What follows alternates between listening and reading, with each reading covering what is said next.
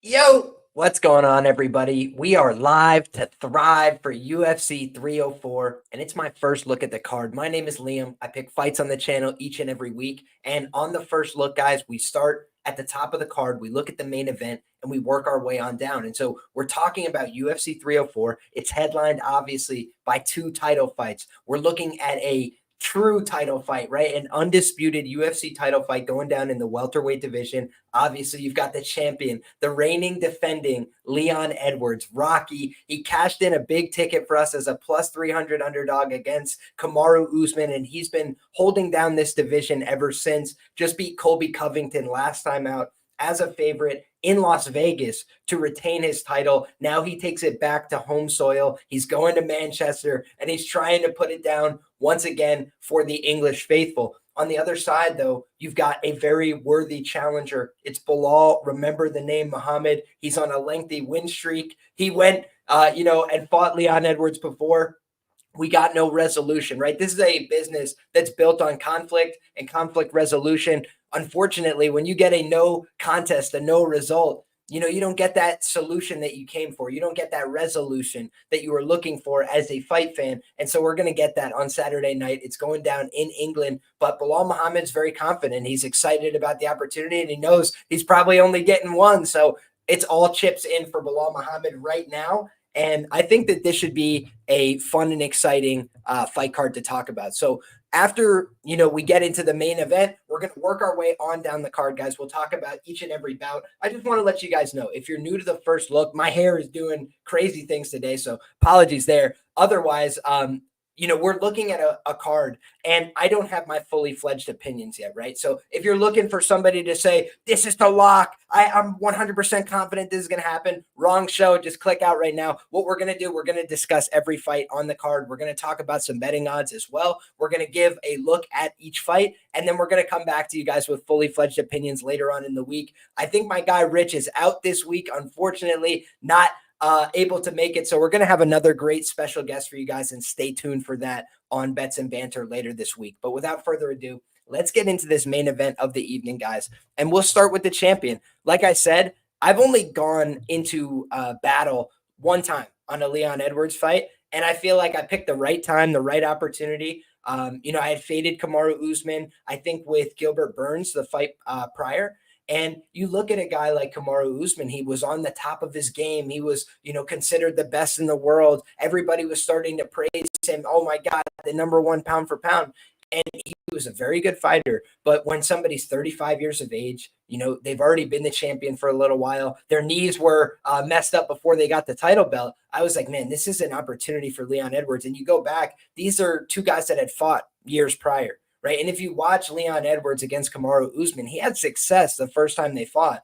And unfortunately for Leon, he ended up getting taken down. He ended up giving up some bad positions. He ended up getting tired over the course of the 15 minutes. And that was ultimately what cost him in the first fight, though it was close and competitive.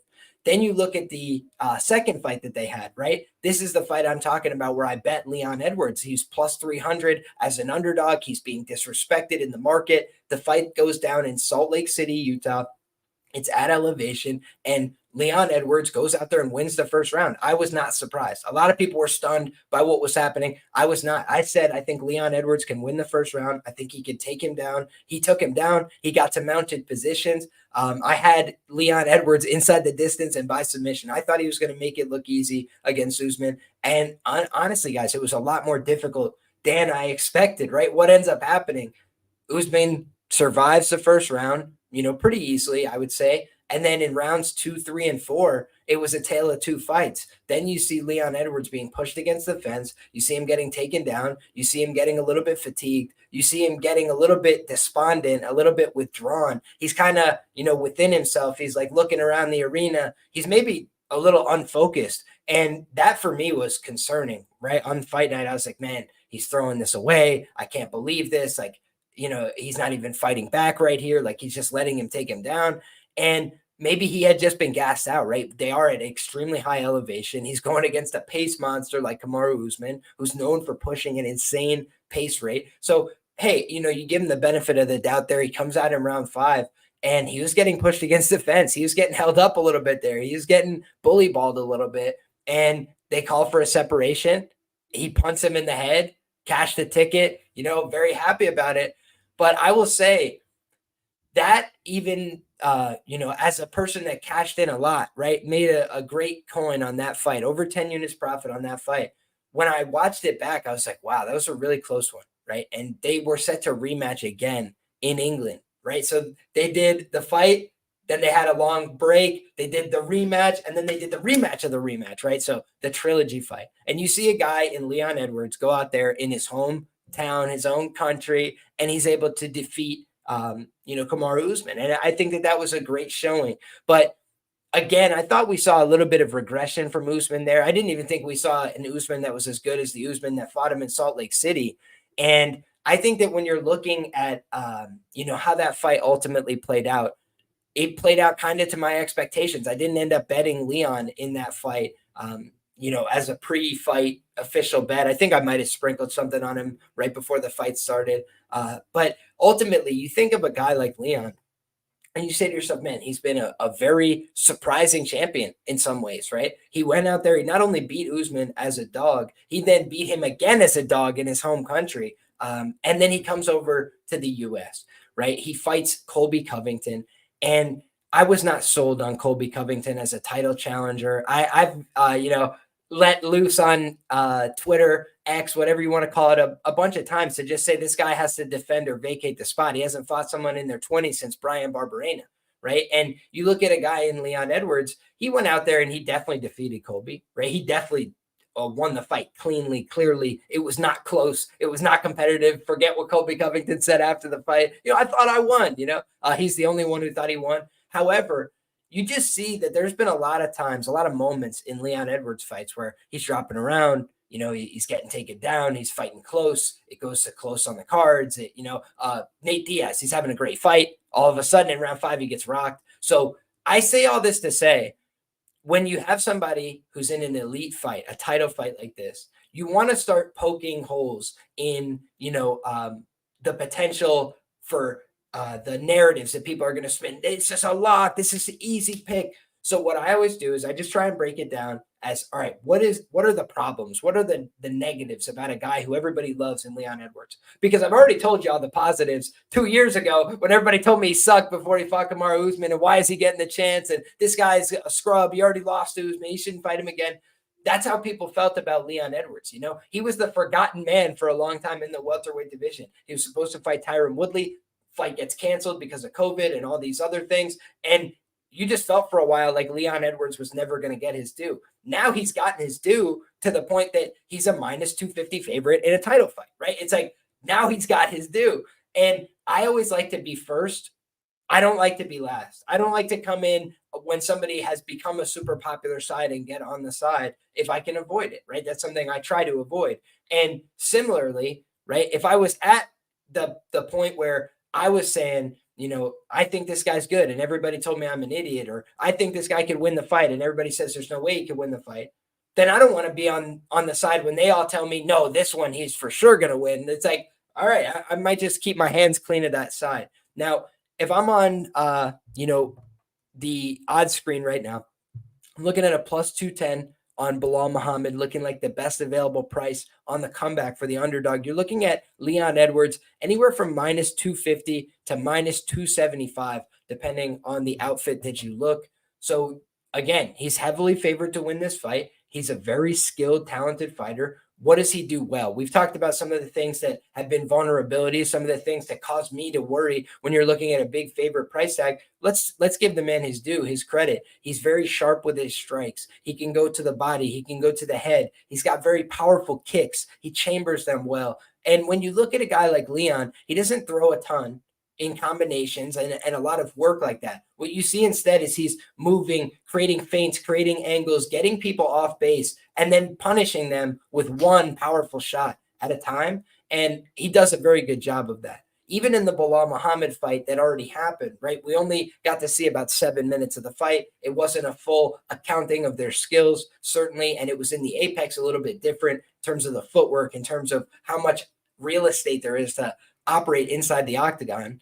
But you look at what Leon does well, he's very crafty in all of these positions, right? When you get Leon up against the fence, typically he's trying to get an underhook or he's trying to get an overhook, push the shoulder, open up space, knee to the body, elbow upstairs. He's a very crafty fighter who's got skills in all positions. I also posted on my timeline. I'll try and retweet this after the show so people can see it if you're interested. But Leon can be very technical with his groundwork as well. There were times where Colby Covington and other fighters have taken him to the ground and he does classic jiu-jitsu get-ups, right? He'll hit hip escape. He'll put a foot on the hip. He'll create some space. He'll put a hand on their head, force them to the mat, force them down the leg. He does a really good job of creating those kind of technical stand-up situations.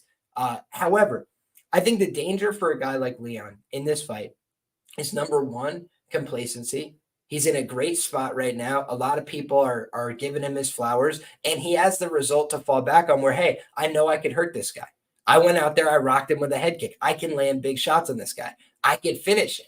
And that could be true. But also we know that Belal is tough. We know that he's a willing competitor. He got hurt in the last fight. He still wanted to stay in there until he got that old finger in the eye, knuckle deep. And honestly, that was it was a really bad eye poke. You could tell from the instant that it happened.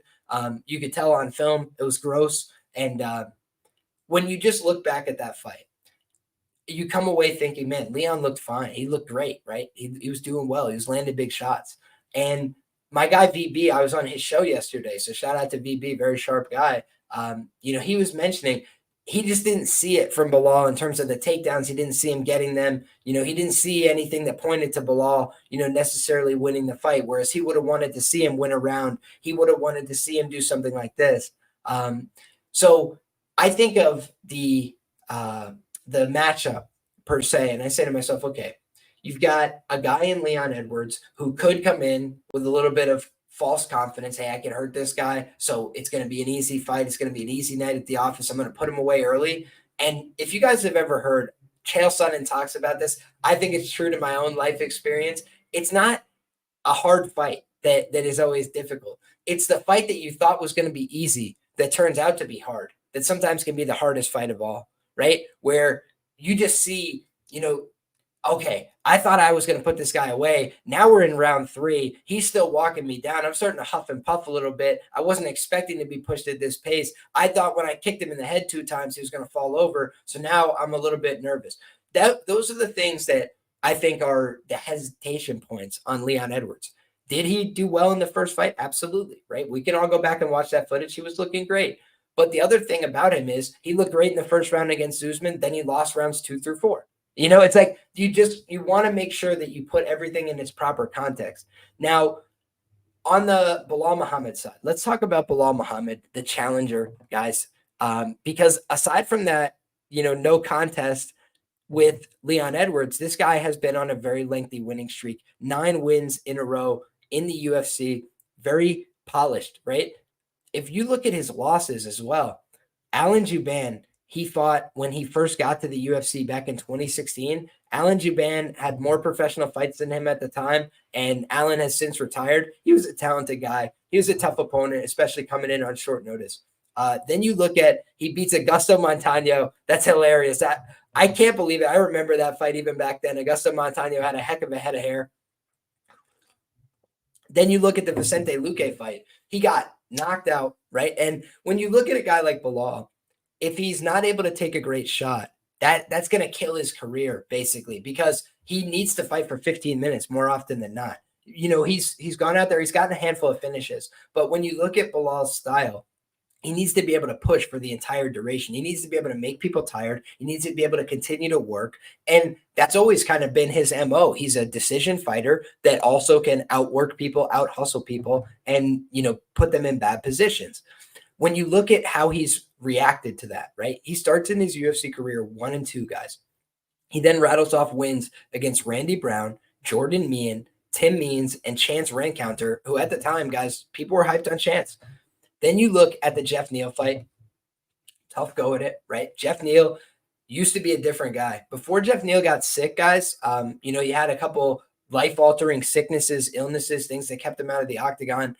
He had some troubles in his personal life that we don't have to unearth and whatever, but it's like he basically just hasn't quite been the same guy inside the octagon. But back at the time, Jeff Neal was an absolute hammer. He was a very difficult guy to deal with, powerful. He could wrestle, and he just had hands.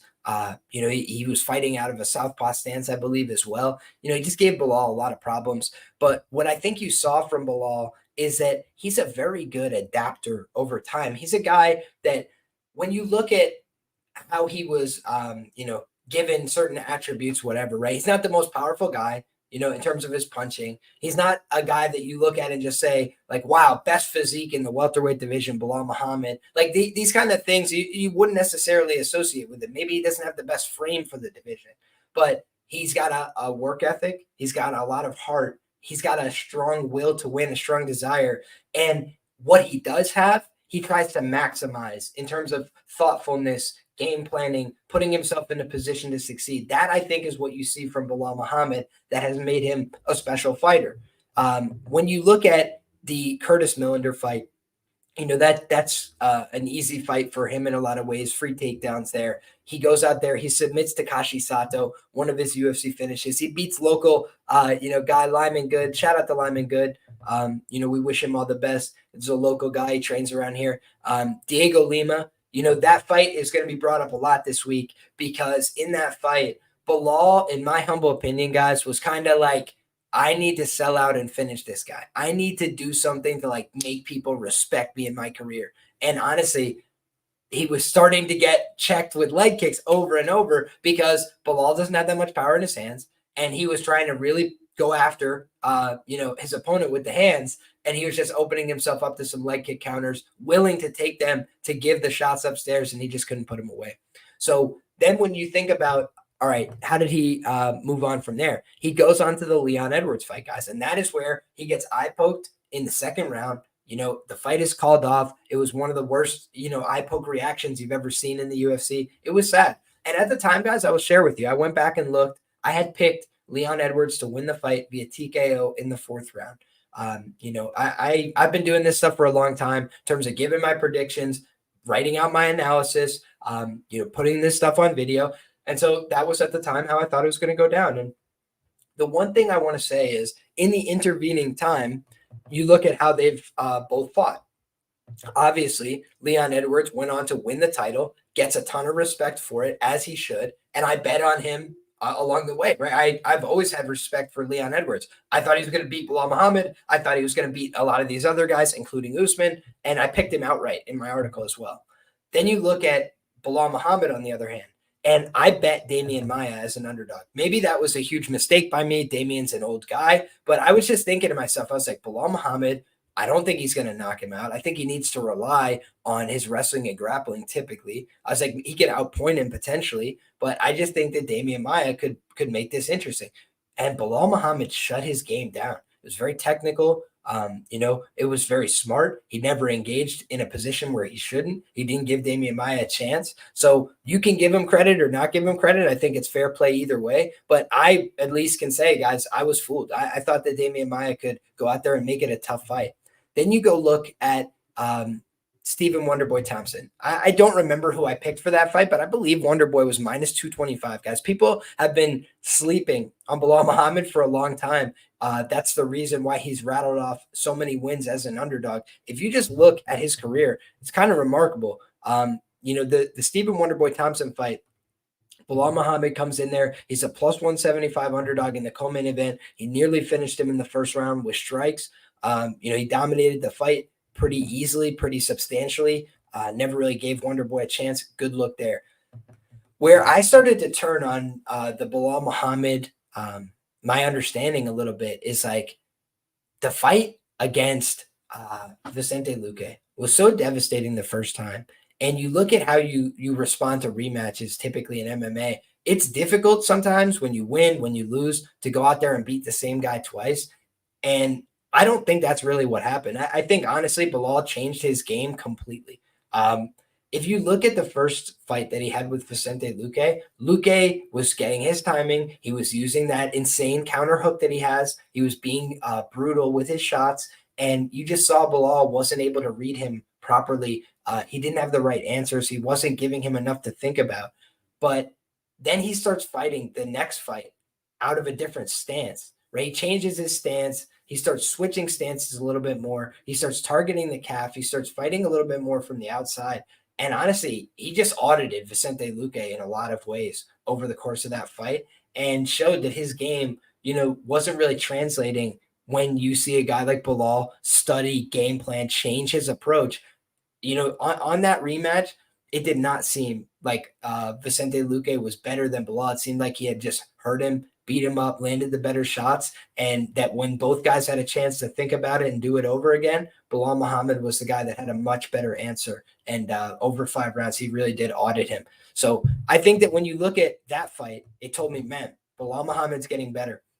But I was like, this is where the rubber is going to meet the road for Belal, where a guy like Sean Brady is going to have a grappling advantage over him. And he's not Damian Maia, right? He's not an old guy. He's a guy that can go out there and, compete with him on strength and physicality. He's a young guy. He's youthful. He could go out there and really give it to Belal.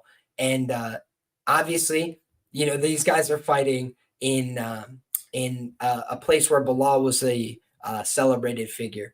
And I think that got to Sean Brady, honestly. I think that in part with his inability at the time to comfortably strike on the feet with a guy like Belal. He was getting beat up. He was getting jabbed up. He was getting his nose busted.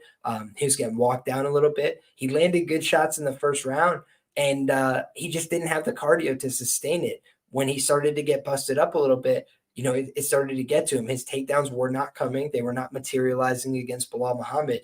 And I think that Belal showed in that fight again that, he does have an ability to press people, right? Is his power huge? No, but he's just a guy that doesn't F off, right? And so he can make people break mentally. I think that's how he would typically find finishes in UFC fights. I think over 5 rounds, Belal has a better chance to finish than in a 3-round fight because his style is not built to go hit somebody once and they fall apart, right? It's just really not like that. So he needs to take somebody down. He needs to wear them out. He needs to hit them, 150 times for them to want to concede, right? And just be like, man, I don't have it tonight. You got this, bro. I'm starting to be tired already. There's still 2 rounds of this. Like, that's the kind of thing that Belal, I believe, needs to finish a fight like this.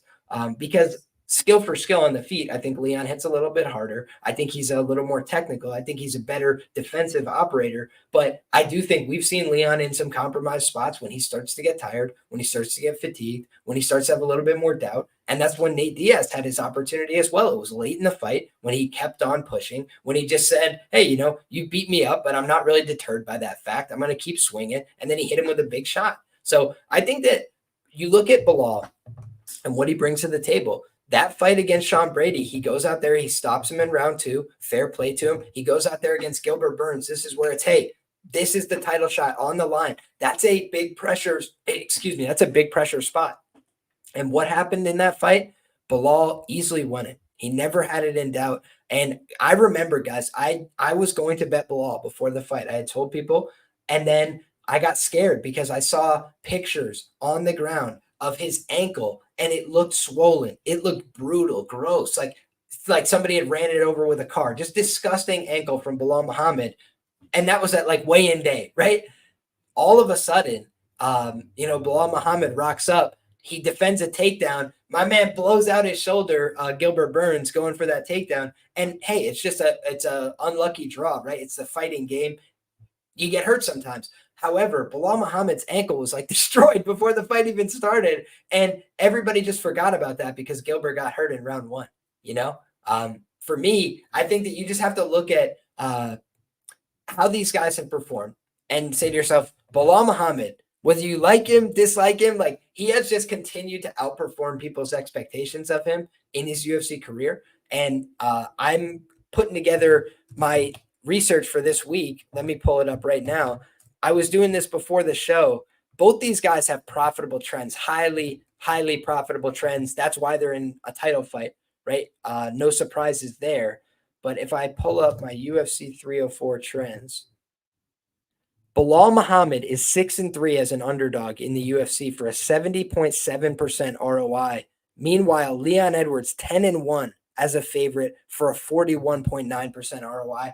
Either way on this fight, you got a trend that is your friend. If you're getting involved on a money line side, I think that my guy Dixon is calling out the name Shavkat Rakhmonov. You know that he's got next for one of these guys, right? Somebody is going to have to answer to Shavkat Rakhmonov soon. And I just want to go out on a limb and say, when you look at a guy like Leon Edwards and the public perception changes on a dime like this, he was an underdog to defend in England the last time he was fighting there. And now against a guy, because people don't really respect him, in Belal Muhammad, because it's Belal, the line is like over 2-1 now. And I do think it's a fun fight. It's a good scrap. It's an honest scrap. I would probably line this about -150 Leon Edwards myself. But I also want to acknowledge, guys, I'll tell you guys when I've done well betting a fighter. And Leon Edwards, I've done well. But when you look at Belal Muhammad, I can't pick a guy's fight, to save my life, right? I had Damian Maia against him. I had Sean Brady against him. So I've thought a few times that the Belal Muhammad hype was not real. But I think at a certain point, you just have to evaluate the evidence. It's like he beats this top guy, this top guy, this top guy. He dominates this guy. It's like, okay, man, he's pretty good at fighting. So that is for me where I see, hey, these two guys are going to scrap it out. And whoever is fighting Shavkat next, they're probably going to have a tough Saturday. So good scrap, honest scrap, dogger pass for me on the money line side. Let's turn to the props and just take a look at this. I noted on X, on that platform, as well as on Patreon. So if you guys are looking for this information, this is free on Patreon. But I talked about the fact that, you've had these certain fights where you look at the underdogs, how they've come through. There haven't been many main event underdogs so far this year, guys. I don't think there's been a main event dog at a UFC pay-per-view, if my memory is correct, since Duplessis and Ilia Topuria earlier in the year. It's been a lot of main event favorites. Co-main event, the dogs have been popping off a little bit more, but my research has just been telling me, man, these main event favorites have been rolling a lot of the year. And I just look at a guy like Belal Muhammad, very proven underdog, no doubt about it. You look at the trend, and that's what it says. And especially recently, he's been a dog in a lot of his recent run. He just continues to produce. So much respect to remember the name Belal Muhammad. For the fans on the ground, for my people, and as well for the fact that he cashed me that ticket. I'll always be rooting for a guy like Leon Edwards. I think he's a great fighter. I think he's a great champion. I think he could go out there and knock out Belal Muhammad. But I just think that as the fight goes longer, that's where, for me, it gets a little bit more dangerous for a guy like Leon Edwards. I think skill for skill, he's a great fighter, but I do think we've seen the lapses, in focus, which could cost him in a competitive 5-round fight. Next up, guys, we've got the co-main event of the evening. It's Tom Aspinall taking on Curtis Blaydes. Speaking of rematches, we've got another one, guys. We have a fight here between Tom Aspinall on the one hand, who is the current interim heavyweight champion. That's why people are saying to themselves right now, wait, we got a heavyweight title fight and it's going second, right? It's not the top of the bill. That's what we're looking at, guys. And it's because Tom Aspinall, he's the interim champion of the world. He's taking on Curtis Razor Blaydes. And Curtis Razor Blaydes, it's been a long time since he's gotten this opportunity. He's fighting now for a heavyweight title, a share of the heavyweight title. And for a long time, since he got to the UFC, people have talked about this is the guy who's going to wear the UFC heavyweight title. And obviously, there's been blips along the way, right? He lost to Francis Ngannou. He was knocked out in those fights. That certainly set back his career a little bit. Then you look, he goes on a nice run. He wins a bunch of fights. He loses in a pivotal fight that matters against Derek Lewis in the Apex. Tough look for him there. Then you look at the fight with Pavlovich, right? Common opponent between these two guys. And I do think that people give Tom a pass because Pavlovich landed a couple hard shots and then instantly died. And I just think when you have two guys that are heavy like that swinging, when they're both very powerful like that, it was an insanely impressive win by Tom Aspinall. Make no mistake about that. However, it's heavyweight, right? The consequences are very dire. You make one mistake, you swing wrong, you could get finished right away. And we even saw that when Tom Aspinall took on Curtis Blaydes, right? Because this is a rematch. The fight lasted 20 some odd seconds, right, guys? It wasn't a full showing. If you want to say that 7.5 minutes isn't enough to make a full determination like the Belal Muhammad fight, imagine trying to make a full determination on how a fight's going to go based on a 20-second snippet, that they had in the first fight. You look at a guy like Curtis Blaydes, I did think he was landing on Tom in the first fight. I thought he was doing a decent enough job moving. He looked like he was being fluid, and Tom went to throw a kick, and he ended up like getting himself out of position a little bit, kind of overthrew, went to plant back. He couldn't plant back, fell over. The fight's over. He's injured, goes down. And I think rightfully so, people are saying, a little bit flukish, an injury. How much do you want to write that in? I don't think you can say like, hey, this is a significant factor. However, I've seen many people on Twitter say something that just literally blows my mind, which is I can't see how Curtis could win. Like they can't imagine a way that Curtis could win the fight. I'm a known Curtis Blaydes hater. If you guys have listened to the show for a while, I'm not a big fan of the guy. It's nothing personal. It's just in terms of his fight style, in terms of a couple of bets that I've had that have gotten away. I had some Rosenstrike KO when he swelled up his eye like crazy and couldn't finish him. A few of these different things, right? But it's nothing personal, right? We always respect these guys that get in the cage. But when you're looking at a guy like Curtis Blaydes, the market has respected him like few people in the history of the UFC, right? You look at Curtis Blaydes, he closes a favorite against Ngannou, loses the fight, rematch. He opens a dog, and then he gets flipped to a -200 favorite. It's like the market loves them some Curtis Blaydes. I've said this in articles in the past when I wrote about the Dawkins fight and whatever. He's like -300 there. Then you look at, how has the market reacted recently? He lost to Pavlovich as a -150 favorite, and the market turned on him completely, right? Like now he closes a dog against Jailton Almeida. And I bet Jailton at less than a pick'em. When Jailton was a slight dog in that fight at -105, I bet Jailton there. And I could tell you guys, for everything you saw in round one, that was what my tape study told me that this fight was going to be, right? I was like, I watched so much Jailton Almeida footage. I watched his old grappling matches. I felt like I really had a good feel for his game. And I was like, if this guy gets on top of him, he's going to put him in bad situations. And what you saw was much better. What you saw was a real composure in that opportunity. Curtis Blaydes is out there, and he's got this guy who's very dangerous with his jiu-jitsu, who's been finishing people, who's been taking them down, getting them into the mount, bludgeoning them with the, Donkey Kong ground and pound. Instead, what you saw from Curtis Blaydes is he just stayed calm, stayed positionally sound, prevented chokes, just kept his sub defense on point. And then as soon as he got his opportunities to do damage, to create space, to have an opportunity, he took them, right? And against a guy like Jailton, that is exactly what you have to do. You have to stay safe, make sure you don't get put in any terrible positions where Jailton can exploit you. If Jailton gets you all the way to the ground, he can get you, 2 hooks down. It's going to be probably curtains for you, if not the rest of the round spent on your back. He's that good. But what we saw from Curtis Blaydes is he knew positionally, I need to get myself to the fence. He knew strategically, I need to not let this guy get to a good position. I thought we saw a very intelligent version of Curtis Blaydes, so to speak, right?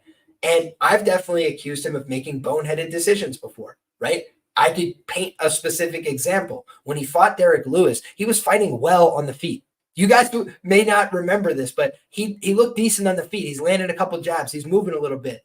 But Curtis and Derek had the same understanding, which is I'm a wrestler, Curtis Blaydes. I need to shoot a takedown no matter what. And Derek Lewis was like, I don't care what this guy throws at me on the feet because I know eventually he's going to shoot. And when he does, I am going to swing an uppercut from just south of Hades and see if I can kill this guy. And when you talk about harrowing knockouts in the UFC, one of the most harrowing knockouts that you'll ever see, knocked him out. They go to commercial break. He's like laying on the ground, making guttural noises, just scary stuff. So when you look at the Curtis Blaydes downside, there is definitely some downsides with Curtis Blaydes. He could get knocked out in a fight. He's not the most marketable guy you've ever seen.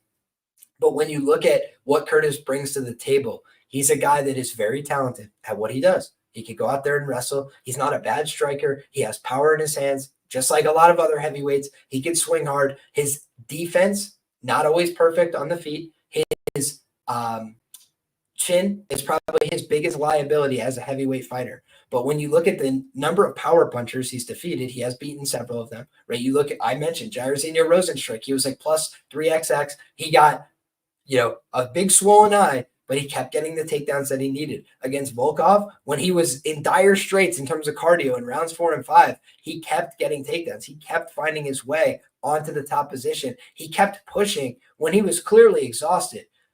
Here's my question about the champion, Tom Aspinall. How does he look when he's forced to push? And I just don't think that we have a great answer. At heavyweight, guys, oftentimes you don't need to answer that question. You go out there, you land a huge shot, the guy falls over, and the fight is over. And that is very possible here. So if you think that that is the case, you think that's how the fight's going to play out, then what I would recommend is maybe you look at an under 1.5, right? Or a fight not to start round 3, something like that, as a way to get off of a huge price on Aspinall and a way to get onto a Aspinall predicate. Hey, a lot of his winning condition is probably going to be in these first 2 rounds. So let me buy down to that. That's just a thought that I had. But when you're looking at the Curtis Blaydes side, on the other hand, you've never gotten Curtis Blaydes at this kind of price in the UFC. So if you're a long-term Blaydes backer, this is a big, opportunity, right? You look at how he's performed in this role. He's been an excellent underdog. He hasn't opened an underdog very frequently. I think he did against the Reem. I think he did against Ngannou, and then got steamed to minus 200. If you look at closing line odds, Curtis Blaydes has been a dog 2 times, including against Tom Aspinall the first time they fought. That fight, which Tom Aspinall, again, however you want to say it, you don't have to say it was a great, clean win, right? I'm not saying that either. But people are saying, I can't envision a world in which Curtis Blaydes wins. Go rewatch the footage. He beat him 1 time before as an underdog. And then it's like, okay, they're going to do it again. What has changed? He got knocked out by Pavlovich. Tom Aspinall knocked out Pavlovich. And now it's like 70%, 80% more likely that he's going to win the fight. It does seem to me like a little bit of a market overcorrection. That's how I feel, right? And when I'm looking at a spot like this, I think that Curtis, the biggest complaint you can make about him throughout his career is that he didn't always wrestle when he should have, and he didn't always know when he should be mixing it up in different phases. I do think in this fight, he has a pretty acute understanding that he needs to go for takedowns, right? And he wants to get this guy on the ground. When you listen to Blaydes talk about the matchup, he said he's fast, he's got power. You want to avoid that. So take him down and try and get to the top position. I do think that for the Tom Aspinall side, if we refer over to the odds right now, you're looking at a best available price about minus 350. It's as high as minus 440 on FanDuel Sportsbook. So all over the board on different prices. Then you're looking at the prop market, guys. Aspinall by KO, best available price that I'm seeing, minus 137. So he's chalked out to win this fight via knockout, which does make some sense to me based on the chin concerns of Curtis Blaydes. Minus 137 there. You're looking at Blaydes by knockout is plus 500. Aspinall via submission is as high as plus 470. And you look at Curtis Blaydes, guys, I mentioned this on Twitter as well. I thought it was an interesting point to bring up. What is the percentage chance that you guys assign for Aspinall to win this fight via submission? Curtis Blaydes has had 20 some odd professional fights. He's never had a fight end via submission for or against, right? Which I did find kind of interesting. So I think that this is a spot where, a lot of people are going to probably click that Aspinall via sub, which I don't hate, in terms of a club and sub type potential. I do think that what I like from Aspinall is when he gets to good top positions, he's very offensive with his jiu-jitsu. He goes right into an offensive series, whether that's looking for the rear naked choke, or looking to exploit his opponents from that top position. So I think it's a good fight. I think it's an interesting fight here for the heavyweight division, but you have a guy in Curtis Blaydes who's got a lot of professional experience, a lot of UFC level experience. And I do think that he's kind of like Belal Muhammad, where he's not the most marketable guy in the world. He's getting this opportunity based on mostly merit, right? He's been around for a long time. And so the question becomes like, does Curtis Blaydes ever get another opportunity if he loses this fight? I don't think so, right? Like I kind of think that is for me where this fight can hang up. So JP says Tom wants a highlight reel KO to prove the point he's the best heavyweight in the world. This is going to be a statement. Well, then I would recommend the under 1.5. All right, guys. We can move along to the next fight here, which is Paddy the Baddy Pimblett against Bobby King Green. And this is a fight where you have,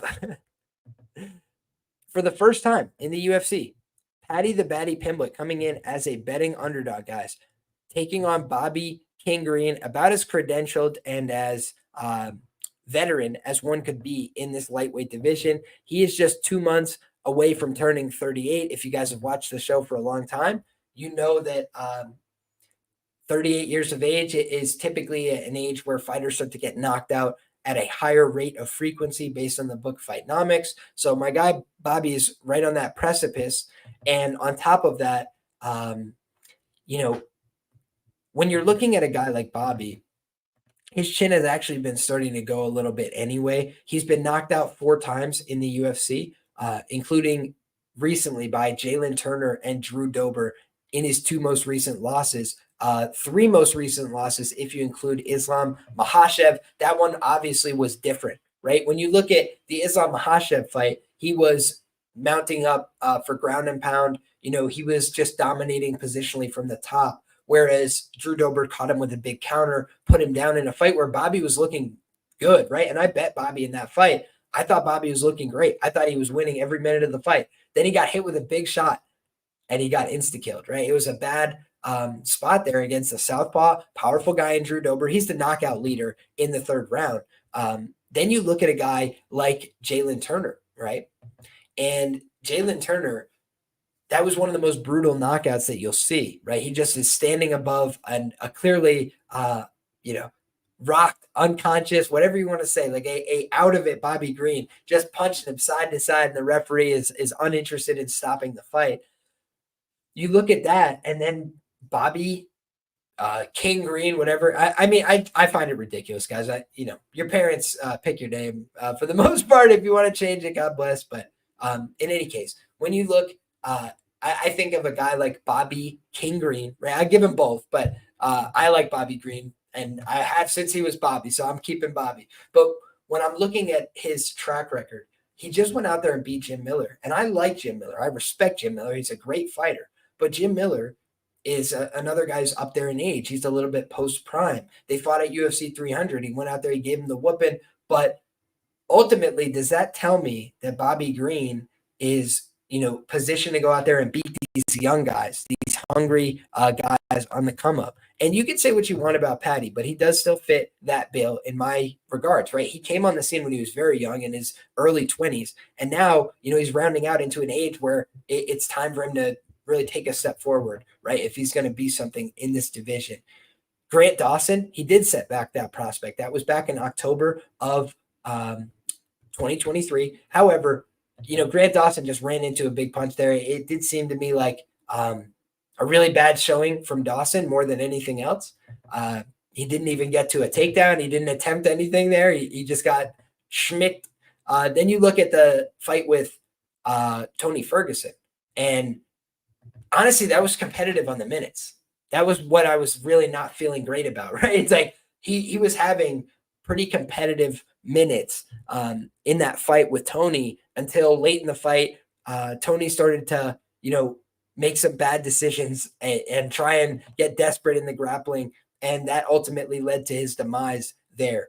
You look at Paddy's last fight, and I had Paddy via KO against Tony Ferguson. I had the KO one, and obviously I didn't cash my bets, right? He won via decision. But I think that you look at the trajectory of that fight and how it played out. And a lot of what happened was Paddy went out there with the intention to finish via knockout in the first round.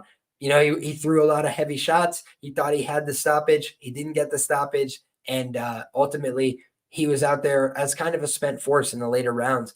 If you had to make a criticism of Paddy throughout his career, that's been the biggest problem, is his ability to put it together over the course of 15 or 25 minutes. It's not like he doesn't have skill. It's not like he can't go out there and beat people in the first round. Typically, he's winning first rounds at a very high clip. He's landing good shots. He's hurting people. He's taking people down. He does very well. But I think that Olajuwon made a great point in the chat. He blows up between fights, and that's why his cardio is not necessarily improving. He does look in fantastic, sensational physical shape. If you look like him, Molly, they both look like they are primed, like they've had a great camp, like they've been doing the right work. But if it's only been 6 or 8 weeks, as opposed to, Bobby Green, who does have his own fun, right? He does live his own lifestyle, but has a pretty disciplined life in terms of being in the gym.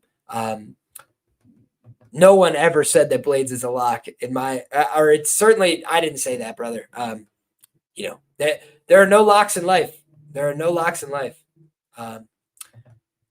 But in any case, I mean, saying that somebody isn't a lock and I'll put my money where my mouth is, it's like he's a minus 400 favorite Aspinall, and Blaydes is a plus 300 dog. So you're not unique in that opinion, my brother.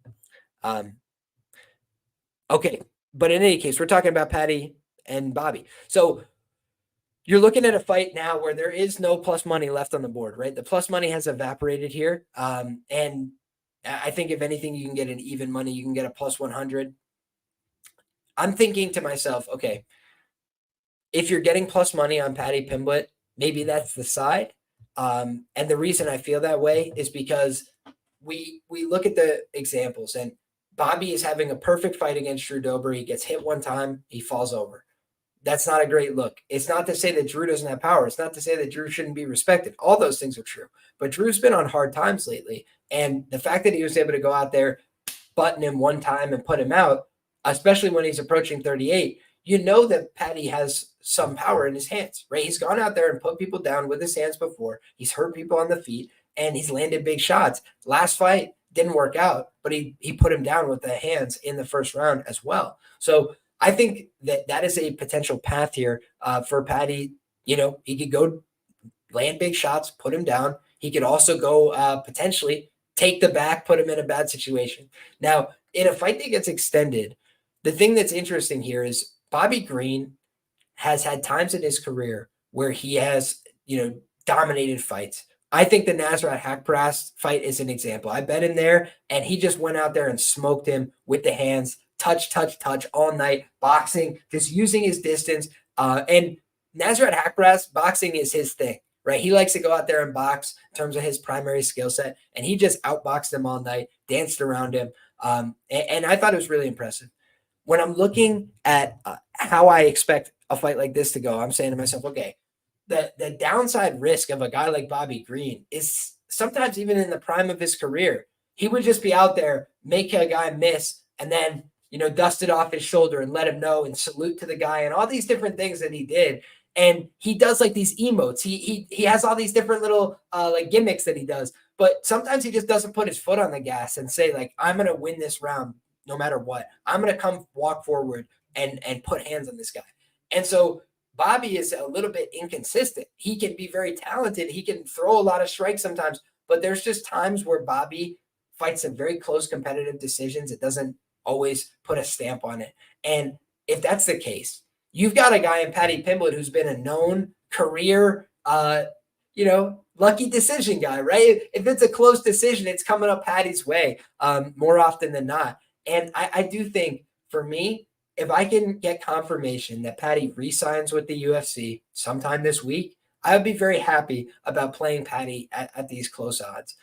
If I don't get that confirmation, though, I just wouldn't feel comfortable with it, right? Because the UFC is very careful with how they promote people, especially if you're about to try and walk out on the company, go take your ball and go home. And, Bobby Green is the guy that is like a company guy. They gave him a spot on UFC 300. That should tell you a lot. He's been around for a very long time. Not a lot of guys have that kind of longevity with the UFC. And the thing I will point out is Paddy Pimblett has no experience as a UFC underdog. He's been expected to win every time out so far in the UFC.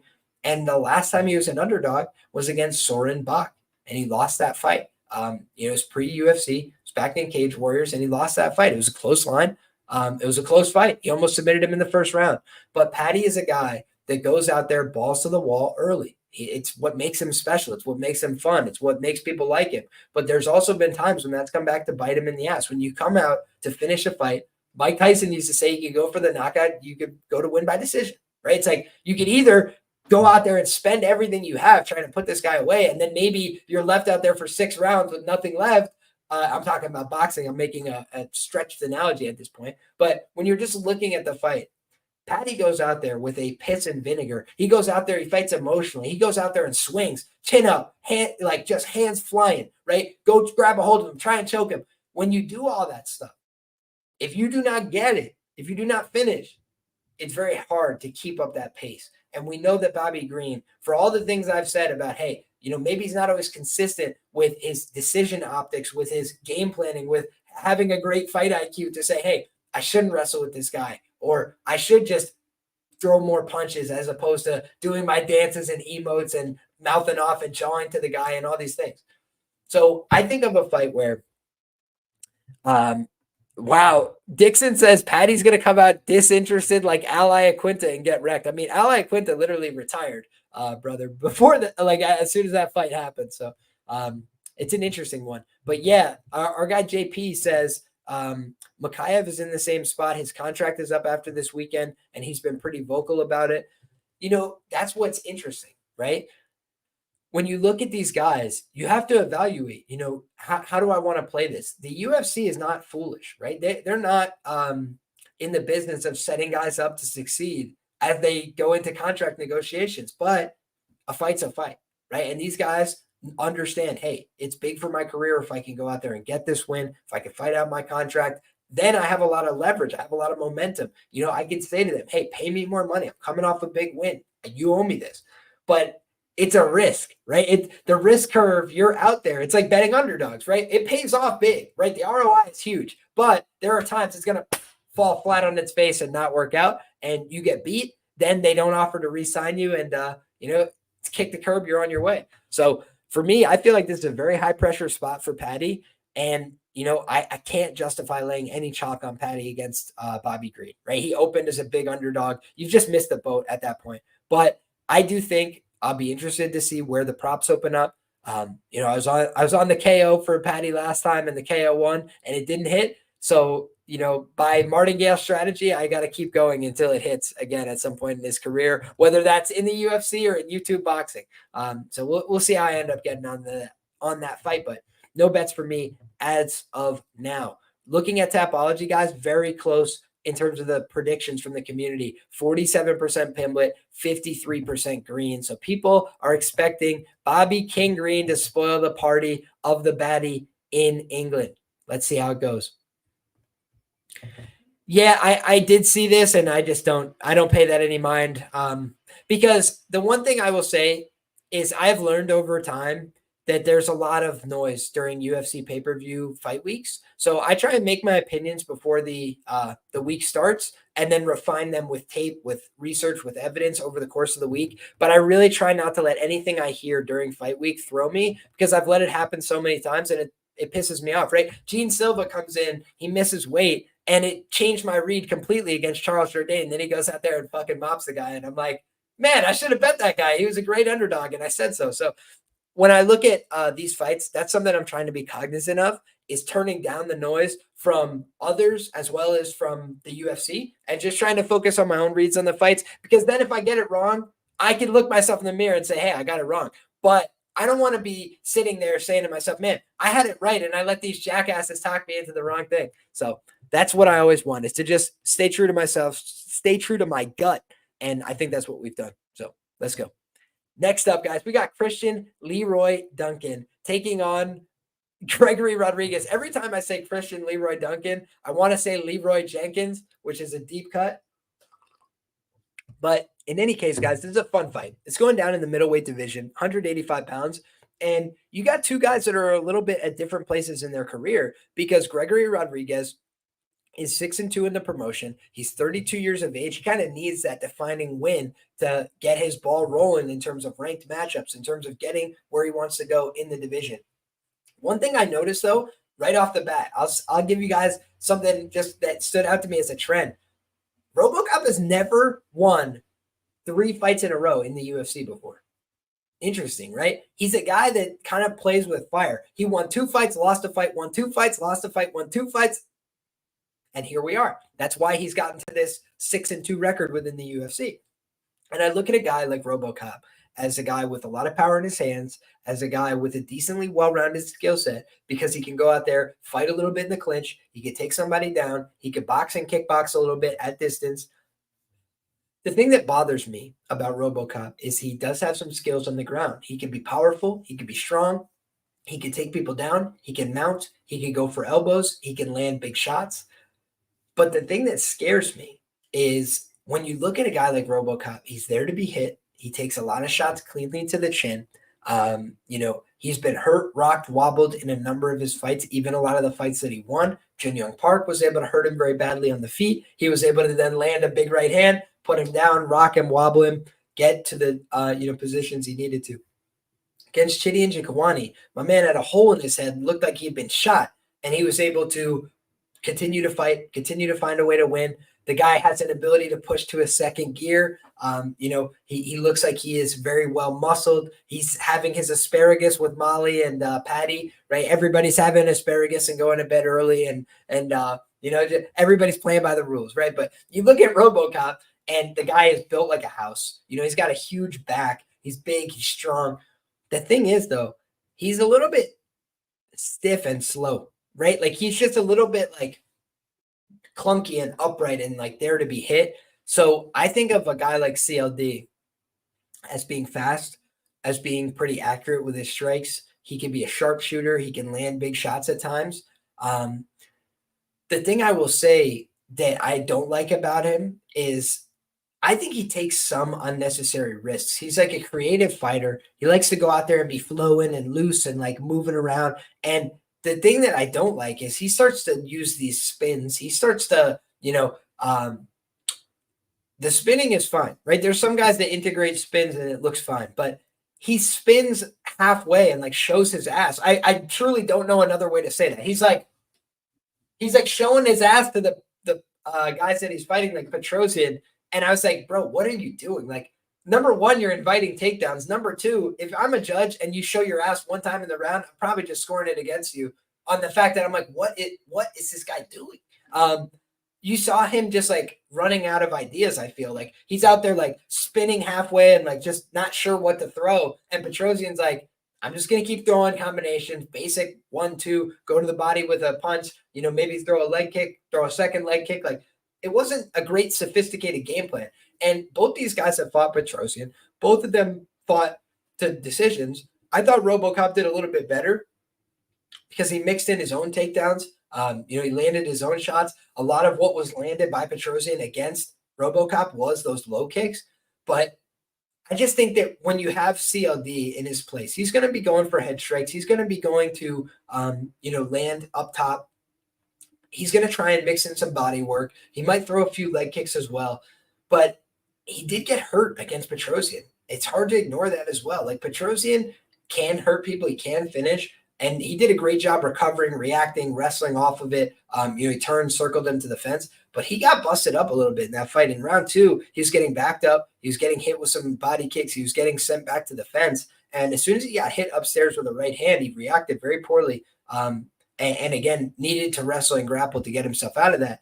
The problem is, if you try and wrestle and grapple while you're hurt with RoboCop, I think you could get into real danger, right? When you look at RoboCop, he's not a prolific submission guy, certainly not at the UFC level, but he is a guy that knows how to do jiu-jitsu. He is a guy that will attempt submissions. He did lean forward and grab the, the Suluev stretch against a few of his opponents, couldn't quite pull it off. But you see that he has these skills in different positions.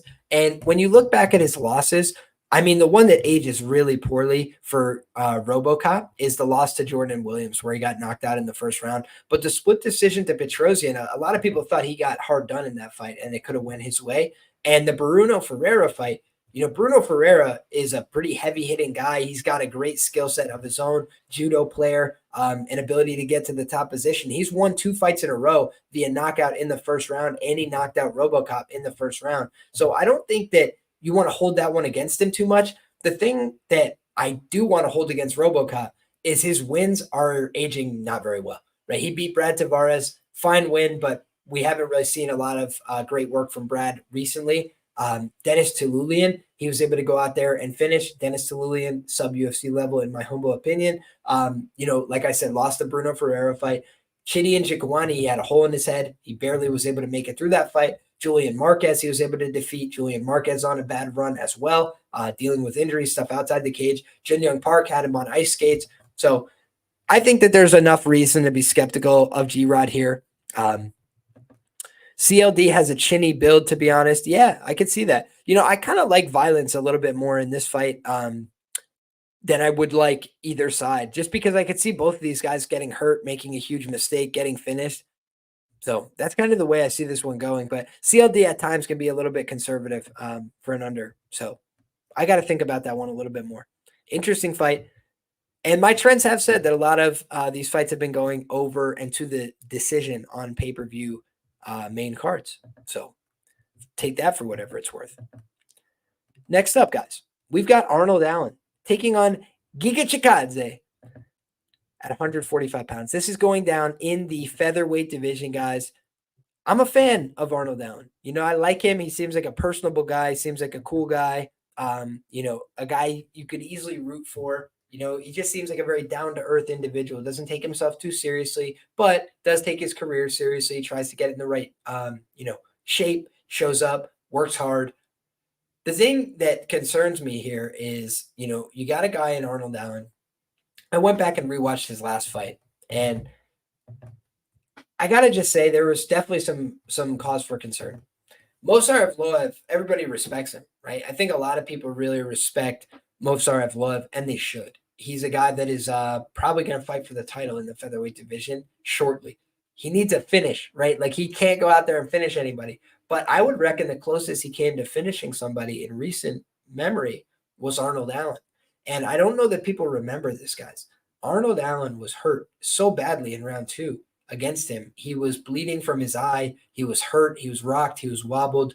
And Evloev doesn't have great finishing instincts. That's the reason why he doesn't have any finishes. He's very conservative. He cares about getting the win.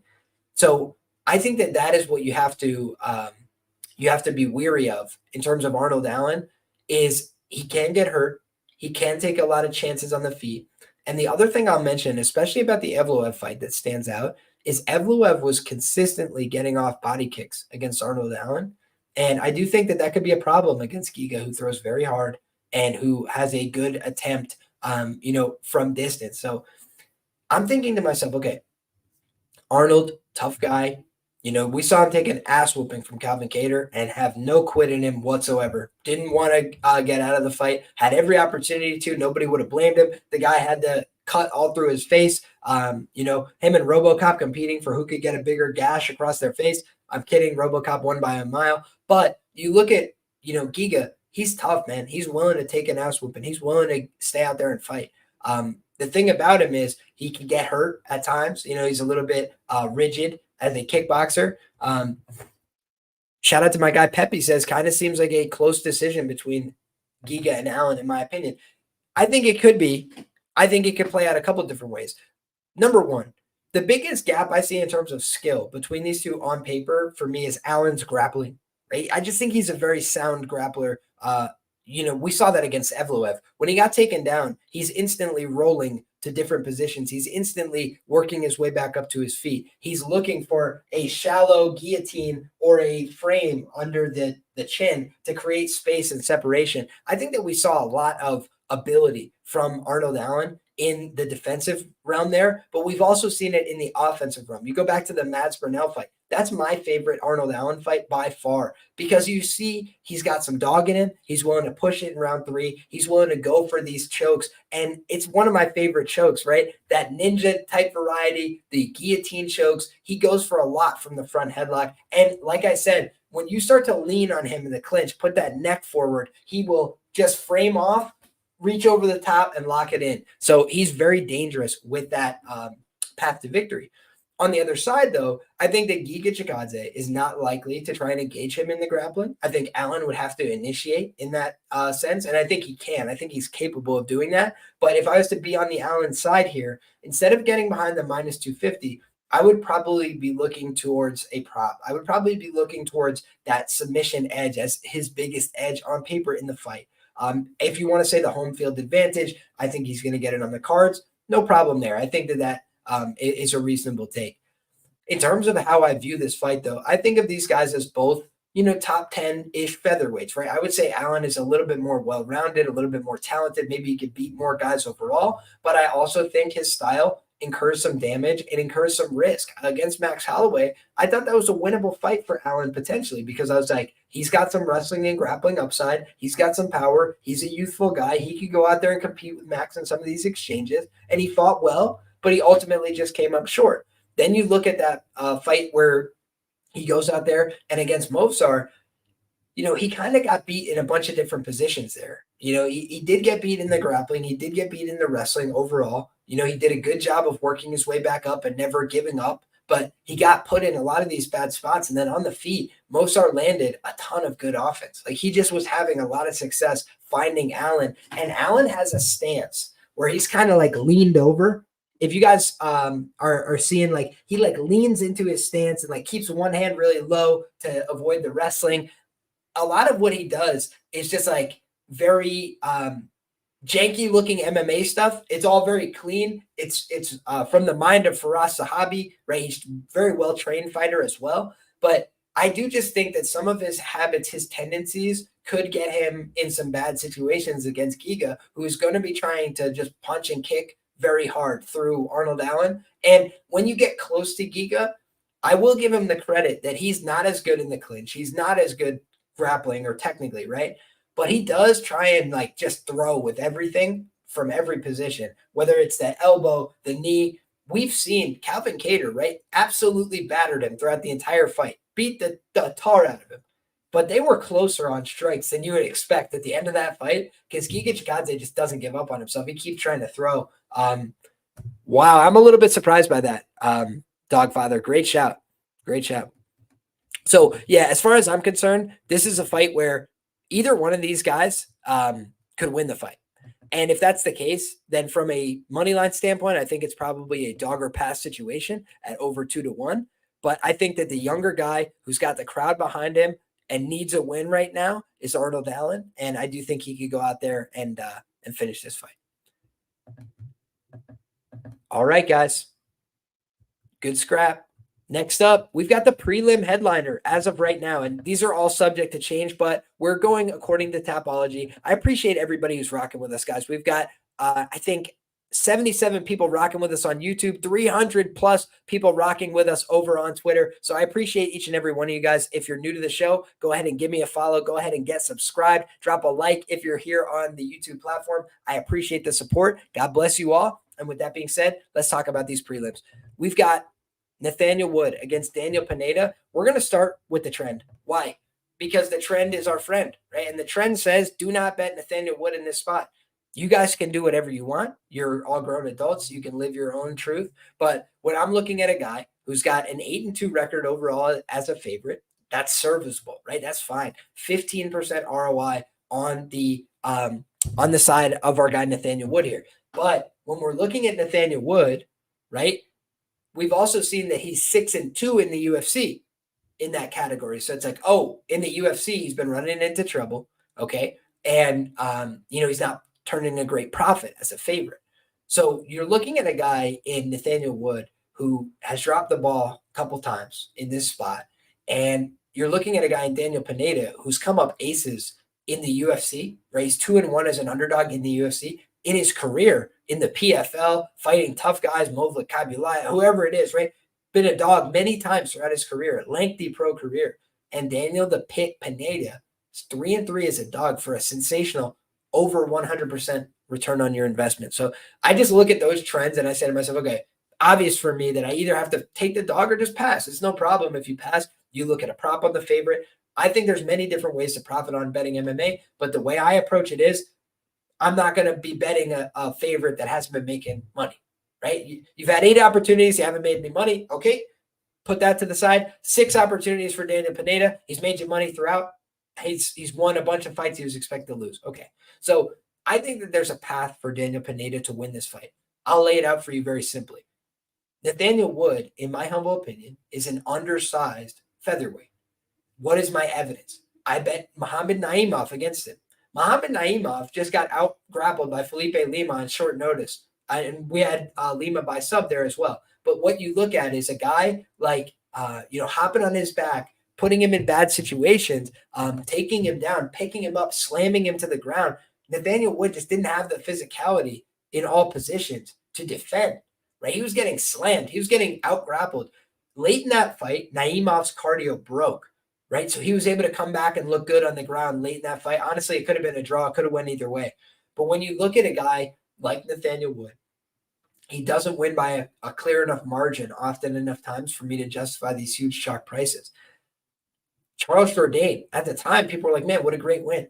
It just hasn't aged very well. Charles has been on tough times. He's been on the losing end of a couple of these recent efforts. So I think that you have a guy in Daniel Pineda who is very predictable to go out there and swing like it's his life on the line, right? He's going to swing with everything he has to try and kill the person. He's going to try and put them on the ground and submit them. And if he's dead dog tired, he's going to keep trying to compete until he literally has no breath left.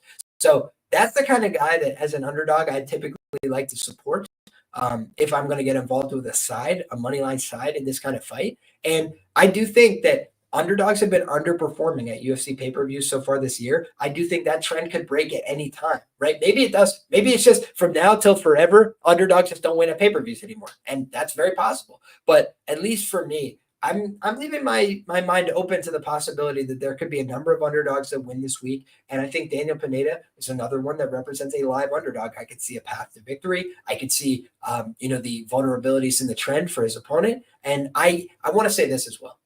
When you look at a guy like Daniel Pineda, he is at the 38 years of age mark, right? So maybe you look at violence as a potential answer here because he is at an age where he is very capable of getting knocked out. He does have a record in the UFC that does not suggest he's a great fighter. 5-6-1, no contest. So nothing special there. However, 4 wins via submission, 1 win via knockout, 2 losses via KO. He's been decisioned 4 times. So he's a tough guy. He typically tries to fight it out till the bitter end if he's going to lose. But you look at some of the wins that he's accrued in his more recent run in the UFC. Herbert Burns, not a great win. Tucker Lutz, not a great win. But again, like I said, the Movla Kabulaya fight, I mean, this is a guy, who goes out there and just overperforms expectations. So I don't want to write off Daniel the Pit Pineda. I would not be surprised if he is juiced to the tits for this fight. Last chance. I think he might put it on the line. Pineda is super washed. He was cosplaying a heavy bag in his fight with Bruce Leroy, says Haunter. Pay-per-views in England, not the week the underdogs break out. That has definitely not always been the case in England before, my brother. You can go and look back at that for your own notes. Also, the English haven't just run shop in England until recently. Like, there's been a couple events, obviously, recently where the English have done very well in England. But if you look at the UFC's long history, there has not been a ton of events. Like, if you look at UFC Manchester, I'm pretty sure English fighters on the prelims got finished 3 times. So it's definitely very possible that some of these guys, especially on the prelims, lose from England. But in any case, we've got the next one up, guys. It's going down in the women's division. It's 115 pounds. It's Molly Meatball Mccan taking on Bruna Brasil. And I think that this is an interesting fight. Molly Meatball Mccan has been a money train for me in recent years. I've been able to find good, betting opportunities on Molly. I think let's pull up our previous results on Molly because I never like to speak out of turn, but I had Molly via round 1 and round 2. So let's pull it up here. Here we go. Molly Mccan. Okay. I had Molly Mccan via sub in round 1 at 20-1.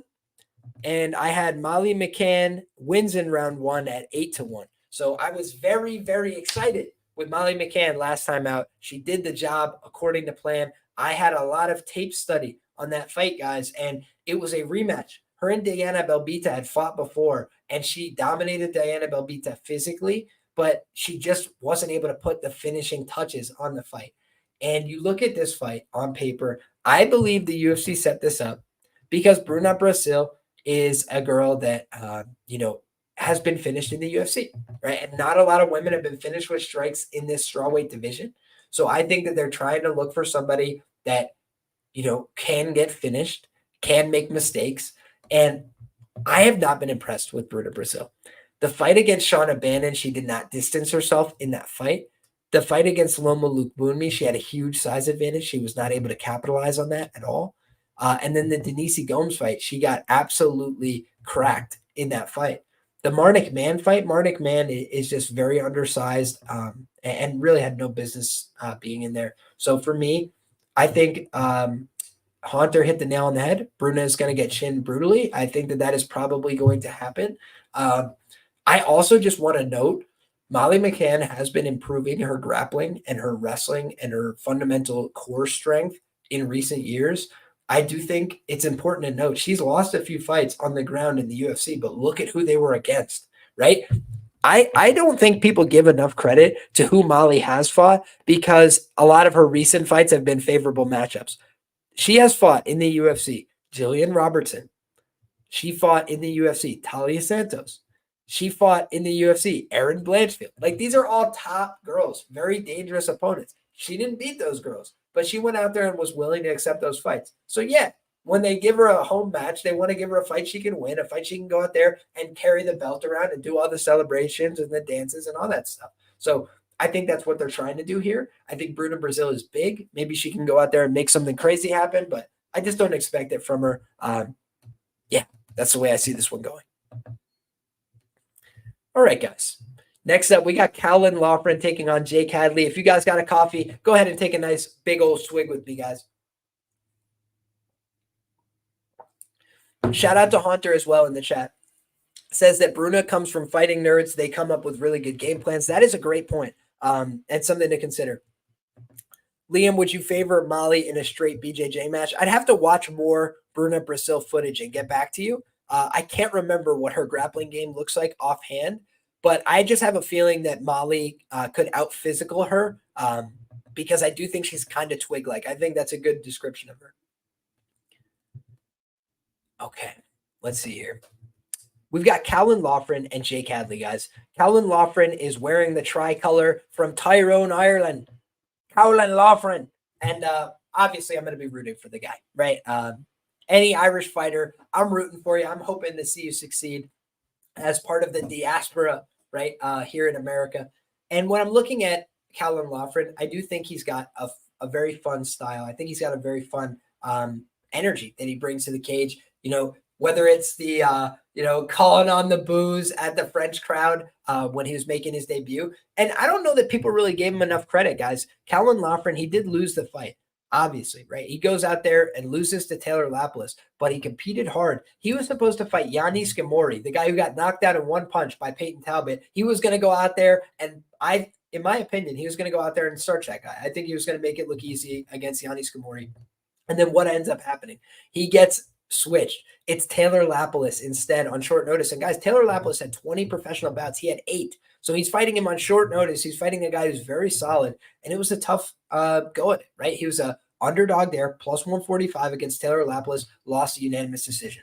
Last time out, he was a huge favorite against Angel Pacheco. And Angel Pacheco has now shown that his best ability in fighting is taking an ass whooping and not quitting on himself. He's tough. He took a beating. He kept fighting. He was able to have some moments late because he took such a beating and didn't get put away. But I think we saw a much more consistent performance from Loughran there, and he showed on the feet he can compete, on the ground he can take people down. Jake Hadley has been a guy that, I'm sure Dana's been disappointed with how this one's turned out, right? Because he was basically told, don't sign this fucking guy. He missed weight. We don't believe in it. And they signed him anyway, right? So they signed him off Contender Series after he missed weight against Mitch Raposo and finished him in the second round. Then you look, he fought Alon Nascimento. That is the matchmakers telling you to go F yourself, kid. They're like, hey, you thought you had it all cool, all figured out, and it's just not going to be like that, right? And when we saw Jake Hadley go out there, we saw Jake Hadley get out-grappled, get a little bit tired, and he just didn't have it for Alon Nascimento. And Alon Nascimento showed he was of a different caliber. He goes out there, he finishes Carlos Candelario and Malcolm Gordon. Those are both guys that are a little bit lower ranked, right, in the division. No disrespect, but Carlos Candelario, 3-fight losing skid, and he missed weight coming into that fight as well. So not a great look from him. Then you look at Jake Hadley goes out there against Malcolm Gordon, and Malcolm Gordon is a guy that is a solid fighter, but he's just very chinny, right? Like, he has decent skills everywhere. If you look at the Makv fight, he could go out there and grapple. He could go out there and throw a strike or two. It's just that when he gets hit on the chin, he reacts very poorly. 5-5 to the knockout over the course of his career. 3 submission losses as well for Malcolm Gordon. So not great looks, and had a tough time making the weight. So you look at the Cody Durden fight. And Cody Durden was in a very compromised armbar. He was almost finished in that fight, but he was able to continue. He was able to push through it, and he was able to outposition Hadley throughout the fight and get the win. Impressive. And Hadley, by the way, was favored -200 against Durden. He was favored -135 against Charles Johnson, and then he loses a unanimous decision. That was a close fight, but I did think that Charles deserved the win. That was at his home in St. Louis. I bet on Charles Johnson as an underdog in that spot. Shout out to our guy, Nate Brown, says, I was at Lapolis last fight live, and Calvin losing to him is worse than people make it out to be. Fair enough, but I mean, he literally fought him on like 3 days' notice. So I don't think that that's as egregious as some people. Also, looking at Lapolis's last fight against Stamen, is that the fight you're talking about? You were at the Stamen fight? I think Stamen is pretty regressed from his best form. But in any case, you have a guy in Hadley who's 2-3 in the UFC and could be fighting for his job this weekend. Maybe they're giving him, a little credit for stepping up on short notice. Maybe they'll extend the contract out a little bit here. But I do feel like Hadley has taken some damage in some of these fights. He's got a very white complexion, so I don't think he wears damage all that well. Calvin Loughran, similar. I think that could be a detriment to his career long-term. He was taking some damage from Pacheco later on in that fight. I don't know that bodes well either. He's going to be the smaller guy here, standing at 5'6" with a 68-inch reach compared to 5'7" for Hadley with a 70-inch reach. So Hadley does check a couple of the boxes that I look for in underdogs, but the thing that I can't get behind is he's moving up a weight class on short notice. He was a flyweight in the past. His losses in the UFC have been at flyweight. He's now moving up to bantamweight, which is where Calvin Loughran has a little bit more experience competing. So, I do think that this is a maybe more competitive fight than the line indicates. But I do feel like Calvin Loughran, a little bit more consistency, a little bit more likely to get to the top position. So I'd have to really think about who's going to have more finishing equity. Also, the thing I have to think about here is, whether or not Calvin Loughran can finish. Because last time he did not finish against Pacheco, and I'm sure that, the Irish aren't going to get a fair shake in England. We know that. So something to keep in the back of our mind. All right, guys, next up, we've got a light heavyweight fight. It's the Baltic Gladiator. Is that still his nickname?